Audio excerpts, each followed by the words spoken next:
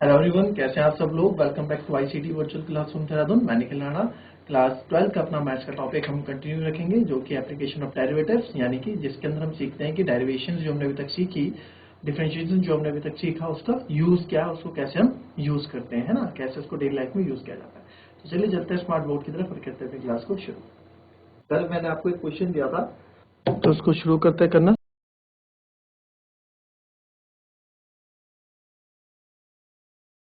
Late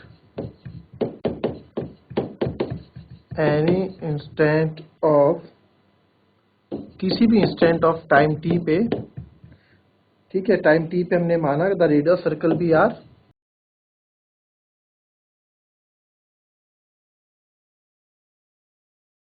and circumference भी सी। हमने माना कि भाई किसी टाइम पे, किसी टाइम टी पे इस सर्कल की रेडियस आर है और सर्कमफ्रेंस सी है। ठीक है, तो D R by D T हमें गिवन है और हमें D C by D T find out करना है। तो अब D R by D T, अब आपको पता है कि भैया रेडियस का तो कोई फॉर्मूला होता नहीं है ना। रेडियस का कोई फॉर्मूला होता है, बट हमें सर्कमफ्रेंस का फॉर्मूला होता है 2 पाई आर। पता है टाइम के रिस्पेक्ट में चेंज हो रहा है, differentiation both side with respect to T. ठीक है, तो D C by D T by D R upon D T. तो यार डी आर डी टी हमें गिवन है, फर्स्ट इक्वेशन आप इसको मान लो। तो D C upon 2 pi R D R by D T 0.7 from first equation. आप बताओगे यहाँ पे, तो D C upon D T क्या है, 1.4 पाई, क्या, सेंटीमीटर पर सेकेंड। सेंटीमीटर पर सेकंड में हमें पूछा, ठीक है, हमें रेट ऑफ इंक्रीज पूछा था। ठीक है,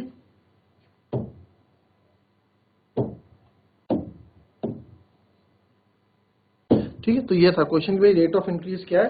रेट ऑफ इंक्रीज यही है 1.4 पाई सेंटीमीटर पर सेकंड के हिसाब से वो इंक्रीज होगा। ठीक है, तो ये था क्वेश्चन, तो इसको फटाफट कर डालो, सिंपल सा क्वेश्चन।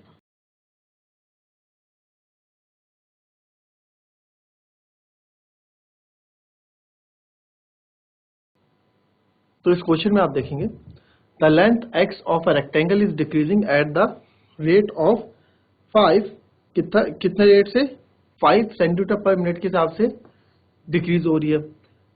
एंड द विड्थ जो है इसकी इंक्रीज हो रही है 4 सेंटीमीटर पर मिनट के हिसाब से। तो जब x और y 8 सेंटीमीटर है, तो find the rates of the change a, यानी कि पहला पैरामीटर में चेंज बताओ और दूसरा एरिया ऑफ रेक्टेंगल में बताओ। तो एक आयत की लंबाई x है जो 5 सेंटीमीटर पर मिनट की दर से घट रही है और चौड़ाई y 4 सेंटीमीटर पर मिनट की दर से बढ़ रही है। जब x 8 सेंटीमीटर और y 6 सेंटीमीटर था तब की बात है। तो a परिमाप आप बताओ, परिमाप और आयत के क्षेत्र में परिवर्तन की दर याद करें कि इनकी परिवर्तन में दर क्या हो। ठीक है, ट्राई करो एक बार।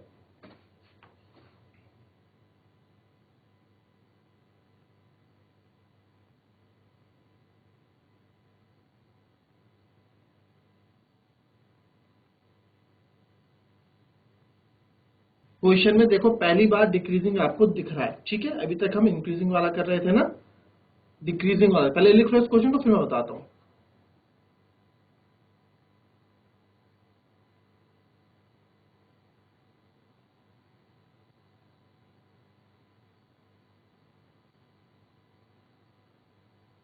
इस क्वेश्चन को देखेंगे तो सबसे पहला काम हमारा रहता है फिगर बनाना।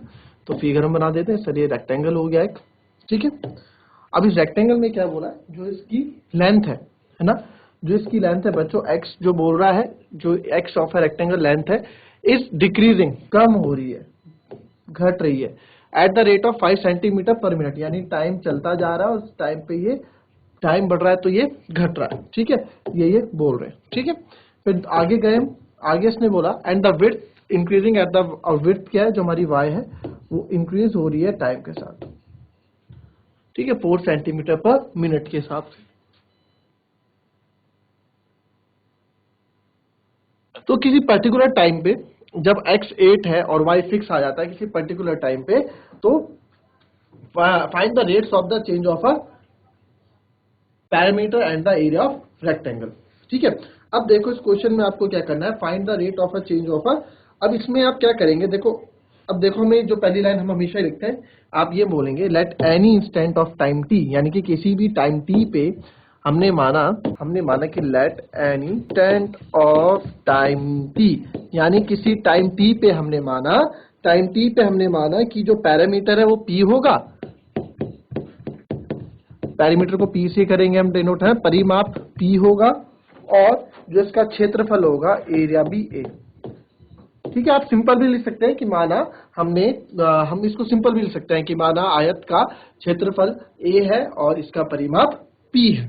ठीक है, तो पहला काम हमारा ये हो जाता है। फिर हमारा पहला काम क्या, दूसरा काम क्या होता है, गिवन क्या है सर, गिवन हमें दिया हुआ क्या है। अब देखो यहाँ पे आपको साफ दिखाई दे रहा है कि जो लेंथ है वो चेंज हो रही है ना। तो लेंथ चेंज हो रही है किसके रिस्पेक्ट में सर, टाइम के रिस्पेक्ट में चेंज हो रही है। तो लेंथ क्या हमारी x dx बाई dt दिया गया है, कितना dx बाई dt आपको दिया गया है बच्चों 5 centimetre per minute, 5 centimetre per minute. और दूसरा मेरे को दिया गया है dy बाई dt, भाई इसकी चौड़ाई जो है वो भी तो चेंज हो रही है, किसमें 4 सेंटीमीटर पर मिनट के हिसाब से।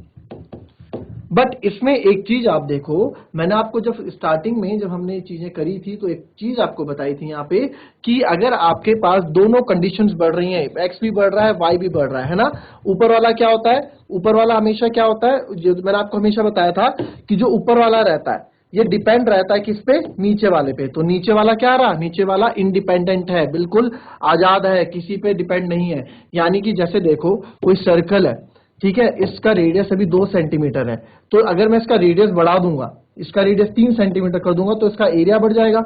अगर इसका सेंटीमीटर 3 से मैंने 5 कर दिया तो इसका एरिया और बढ़ जाएगा। यानी कि रेडियस पे कौन डिपेंड है, एरिया। रेडियस बढ़ेगा तो एरिया बढ़ेगा, है ना। रेडियस यानी त्रिज्या बढ़ेगी तो क्षेत्रफल बढ़ेगा। क्लियर, बात क्लियर हुई।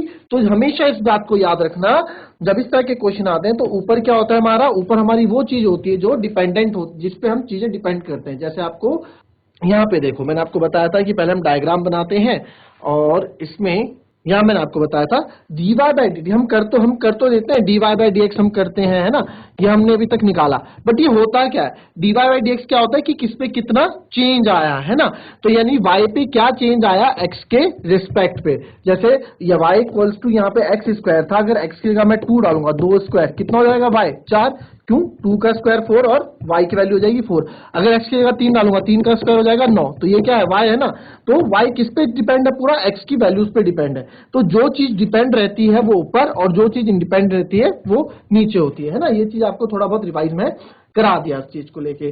अब वापस हम आते हैं, तो dy बाई dx पॉजिटिव होगा अगर दोनों चीजें बढ़ रही हैं, जो डिपेंडेंट है और जो इंडिपेंडेंट है दोनों बढ़ रहा है, तो आपका पॉजिटिव रहेगा।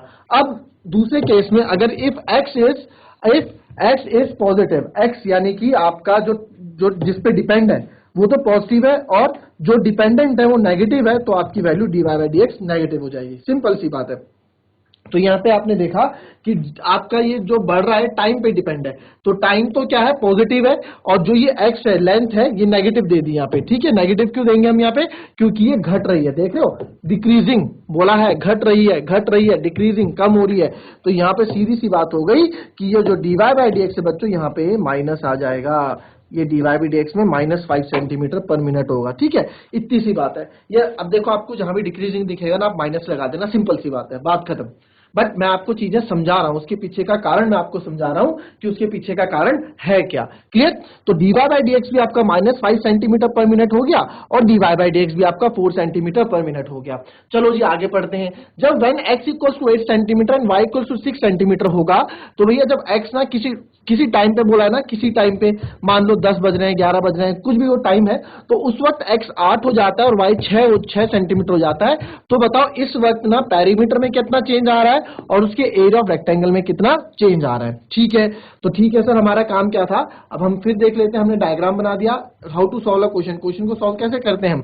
तो पहले ड्रॉ डायग्राम, फिर गिवन क्या है वो हमें देखना होता है, और हमें निकालना क्या है वो हमें देखना होता है, फिर उसका फॉर्मूला कौन सा लग रहा है, फिर उसमें हम डिफरेंशिएशन कर देते हैं, है ना, और लास्ट में कांस्टेंट की वैल्यू उसमें डाल देते हैं। तो दो चीज तो हमने कर दिया, डायग्राम हमने बना दिया और गिवन हमने कर लिया कि गिवन क्या क्या आ रखा है, गिवन इसमें है, ये चीजें गिवन है। तो निकालना क्या है, पहले तो हमें निकालना है, ए पार्ट में मुझे निकालना है पैरामीटर, यानी कि dp बाई dt। भाई पेरीमीटर भी तो टाइम के रिस्पेक्ट में चेंज होगा, है ना? तो किसके रिस्पेक्ट में चेंज होगा? टाइम इंडिपेंडेंट है, टाइम किसी पे डिपेंड नहीं है, बल्कि टाइम पे डिपेंड है आपका पेरीमीटर। टाइम जितना बढ़ता रहेगा उतना पेरीमीटर चेंज होता रहेगा। तो मुझे वो बताना है अब पेरीमीटर में क्या चेंजेस आए, भाई पेरीमीटर बढ़ा या पेरीमीटर घटा, ये मेरे को निकालना है। ठीक है जी, डीपी बाई डी मैंने बता दिया। अब इसमें फॉर्मूला क्या लगेगा? पहले ए पार्ट निकाल रहे हैं, है ना? डीपी बाई डी और डी ए बाई डी दोनों निकालना है। तो पहले मैं ए पार्ट निकाल रहा हूं, इसका ए पार्ट क्या है? डीपी बाई डी, ये वाला पार्ट है डीपी बाई डी। अच्छा, अब इसमें क्या है? पेरीमीटर निकालना है। तो अब मुझे परिमाप जब निकालना है तो परिमाप का सूत्र क्या होता है भाई? परिमाप का सूत्र क्या होता है? परिमाप का सूत्र होता है बच्चों P equals to twice of length plus breadth, होता है ना, है ना? तो यहाँ P यही रहेगा 2, लेंथ क्या है मेरी x और ब्रेथ क्या है मेरी y। ठीक है, ये आप क्या है? Perimeter of rectangle. आप बोल सकते हो कि सर ये क्या है? आयत का परिमाप है, पेरीमीटर ऑफ रेक्टेंगल। ठीक है, तो अब इसको क्या कर देंगे भाई? अब अगला काम क्या था? फॉर्मूले के बाद डिफरेंशिएशन, तो डिफरेंशिएट कर देंगे। तो डिफरेंशिएशन बोथ साइड, दोनों साइड को हम डिफरेंशिएट करेंगे, किसके रिस्पेक्ट में? With respect to time, t के रिस्पेक्ट में। तो dp बाई dt हो गया, 2 बाहर ले लो, dx plus d by D T of x plus Y. तो आप देखेंगे dp बाई dt ऐसी रहेगा, 2 ये अंदर मल्टीप्लाई हो जाएगा, dx बाय dt, है ना, और प्लस dy बाय dt, यही होगा dx plus dt plus dy by dt। और ये तो मेरे को दे रखा है ना? ये तो हमको दे रखा है, dx प्लस dt और dy प्लस dt हमको दे रखा है। देखो dx बाई dt हमको कितना गिवन था? dx बाई dt हमें गिवन था -5 और dy बाई dt है मुझे 4 गिवन है ना? तो dx बाई dt यहाँ पे लिख देंगे वैल्यू dx बाई dt की। तो dp बाई dt, तो twice of dx by dt is -5 and dy by dt is plus का 4। ठीक है, ये हमारे पास हो गया। तो यहाँ पे मैंने निकाला dp बाई dt, तो 2 इंटू -1 और dp बाई dt बच्चों यहाँ पे आ जाएगा हमारा, dp बाई dt आ जाएगा आपका -2। ठीक है, -2 किस में चल रहा था? मिनट में चल रहा था, सेंटीमीटर पर मिनट, है ना? सेंटीमीटर पर मिनट में चल रहा है ना? सेंटीमीटर पर मिनट में चल रहा है, सेंटीमीटर पर मिनट, यानी पर मिनट में -2 सेंटीमीटर चेंज होगा। अब यहाँ पे -2 सेंटीमीटर क्या होता है? नेगेटिव साइन क्या बता रहा है? मैं लिख देता हूं, कल के लिए आपको याद रहेगा। तो नेगेटिव आपको लिखना नहीं है, नेगेटिव साइन क्या बता रहा है यहाँ पे? Negative sign shows, negative sign क्या शो कर रहा है बच्चों? -2 आ रहा है ना? -2 तो कोई लेंथ होती नहीं है। तो मैं देखो नेगेटिव साइन क्या शो कर रहा है कि जो आपका P है ना, P यानी कि जो आपका परिमाप है, जो पेरीमीटर है, वो डिक्रीज हो रहा है, वो 2 सेंटीमीटर वो डिक्रीज हो रहा है। क्या हो रहा है? P डिक्रीज हो रहा है, डिक्रीज मतलब कम हो रहा है, यानी कि हर मिनट में 2 सेंटीमीटर घट रहा है। तो इसको लिख सकते हैं आप, इसको फाइनल आंसर आप इसका ऐसे लिखेंगे, देयरफॉर जो पैरामीटर है, देयरफॉर जो आपका ये पैरामीटर है ऑफ रेक्टेंगल, किसका है? रेक्टेंगल का है, वो भी लिखेंगे। पैरामीटर ऑफ रेक्टेंगल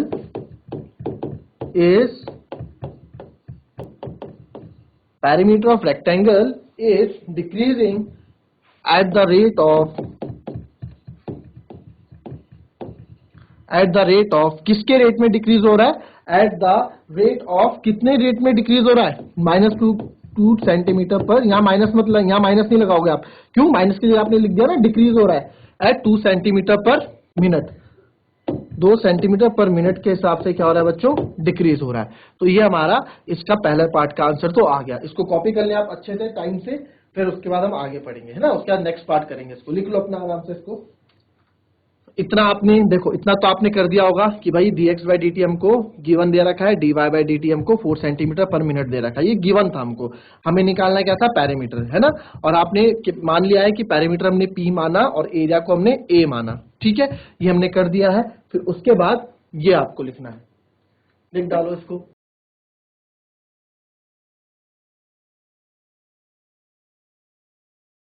चलिए अब इसका सेकंड पार्ट निकालते हैं। ठीक है, सेकंड पार्ट में क्या बोला है, आइए सेकंड पार्ट में देखेंगे। सेकंड पार्ट आपको बोला है कि भाई एरिया में क्या चेंजेस आए ये भी निकालना है, यानी कि बी पार्ट हमको एरिया भी निकालना है ना? तो बी पार्ट हम निकालते हैं एरिया। एरिया में निकालना, एरिया को आपने ए माना है, तो D A by D T मेरे को निकालना है। तो एरिया का हमें फॉर्मूला पता है, तो लेंथ इंटू ब्रेथ होता है ना? तो एरिया ऑफ रेक्टेंगल है ये। तो dA बाय dt यहाँ पर बताएंगे आप, डिफ्रेंशिएट कर रहे हैं आप किसके रिस्पेक्ट में, टाइम के रिस्पेक्ट में, differentiate with respect to time. तो dA by dt equals to dA by यहाँ पे xy हो जाएगा, है ना, एरिया इक्वल्स टू xy है क्योंकि लेंथ और ब्रेथ हमारी क्या है, xy है ना। तो d by dt of xy। अब आप यहाँ देखो दो फंक्शन लगातार है, x और y दो फंक्शन लगातार है, तो प्रोडक्ट रूल लग जाएगा, है ना बच्चों, प्रोडक्ट रूल लग जाएगा। इसको थोड़ा और नीचे, एरिया क्या हो गया हमारा, लेंथ इंटू ब्रेथ यानी कि x इंटू वाई। हमने क्या डिफरेंशिएट बोथ साइड, दोनों साइड को हमने विद रिस्पेक्ट टू टाइम के हमने डिफरेंशिएट किया। तो dA बाई dt bs इसका मतलब होता है बोथ साइड, है ना, तो दोनों तरफ हमने क्या dA बाई dt। तो आप इसको करेंगे तो dA बाई dt आपका आ जाएगा product rule, second function differentiation of first function plus first function क्या है x और डिफरेंशिएशन ऑफ सेकंड फंक्शन, ठीक है, प्रोडक्ट रूल यहाँ पे लग गया। तो dA बाई dt कर रहे हैं, y x y क्या है, x y उन्होंने हमको दे रखा है यहाँ पे, ठीक है, x 8 सेंटीमीटर है और y 6 सेंटीमीटर है। जब x 8 है और y 6 है तो y की जगह 6 और dx by dt plus y है 8 dy बाय dt, ठीक है, x है 8 तो dx बाय dt और dy बाय dt भी तो हमें गिवन है, ठीक है। तो ये आप देखो यहाँ पे -5 और 4 ये भी गिवन है हमको। तो dx बाई dt पे हमें गिवन है -5, तो 6 इंटू -5 प्लस 8 इंटू 4, है ना, ये सब हमें गिवन है, उसकी वैल्यूज रख रहे हैं यहाँ पे। तो dA बाई dt आपका हो जाएगा 6 पंजे 30 माइनस का 30 प्लस 8 चौको 32। तो dA बाई dt आपका हो जाएगा, ये आएगा 2 क्या सेंटीमीटर, एरिया तो स्क्वायर में होगा, सेंटीमीटर स्क्वायर पर मिनट, यानी कि पर मिनट 2 सेंटीमीटर स्क्वायर एरिया बढ़ रहा है या एरिया चेंज हो रहा है, इंक्रीज हो रहा है, ठीक है। तो आप इसका आंसर यहाँ पे रख देंगे, क्लियर, ये आपका ये वाला पार्ट हो गया।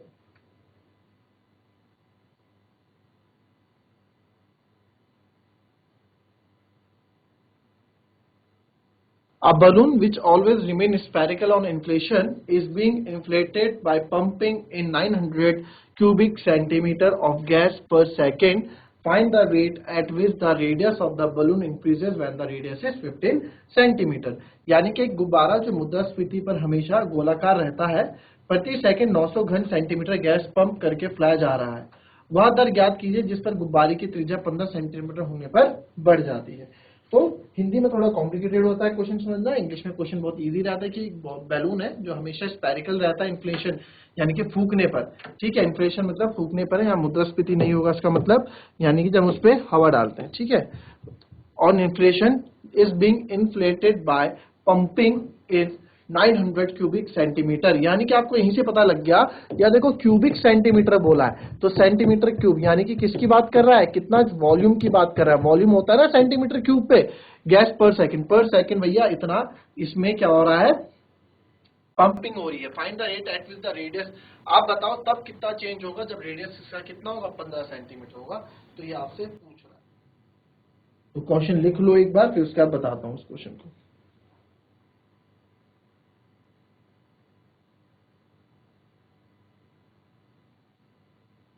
चलो देखेंगे इस क्वेश्चन में कैसे करना है आपको। अब इस क्वेश्चन में क्या है, इस क्वेश्चन में हमें पता है पहला काम, चलो एक स्पेयर बना देते हैं कि सर एक स्पेयर है, ठीक है, इसमें आपने रेडियस दे दी r।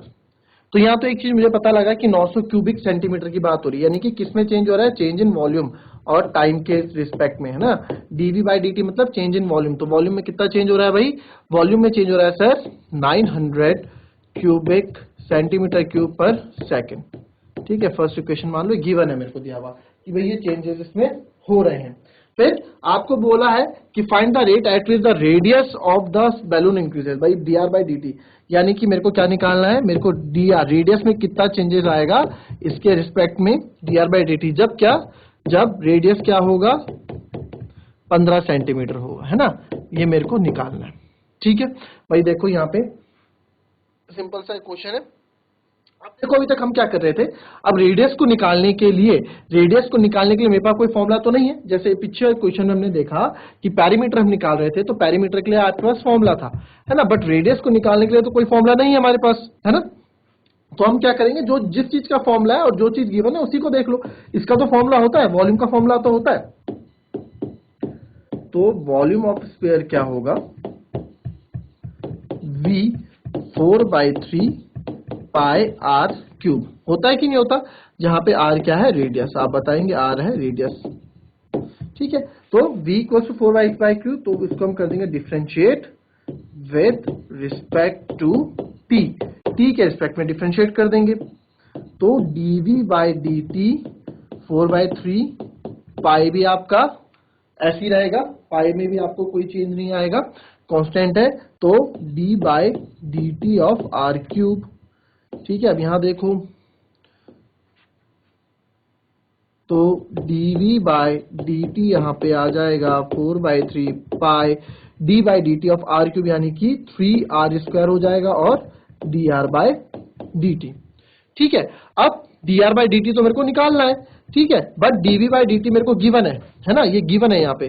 तो इसकी जगह 900 रख दूंगा, equals to 4/3 pi 3r² dr/dt।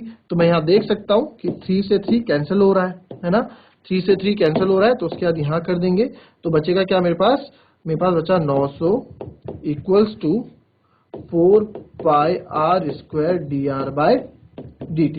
भाई हमें dr/dt चाहिए, तो dr/dt को अकेला रखते हैं, तो 900/4 पाई r² इक्वल्स टू dr/dt। तो इसको मैं काटूंगा, 4 2 8, यह आ जाएगा 225। तो यहाँ पे dr/dt जो मेरे पास यहाँ पे आ जाएगा, तो dr/dt मेरे पास आ जाएगा 225/पाई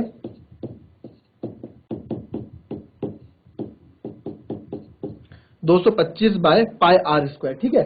225/पाई r² मेरे पास आ गया। तो ये तो dr/dt आ गया, और किसमें, सेंटीमीटर पर सेकंड में, ठीक है। बट हमसे ये थोड़ा पूछा है, हमसे तो पूछा है dr/dt जब r की वैल्यू कितनी है, 15, ठीक है। तो ठीक है जी, हम डाल देते हैं।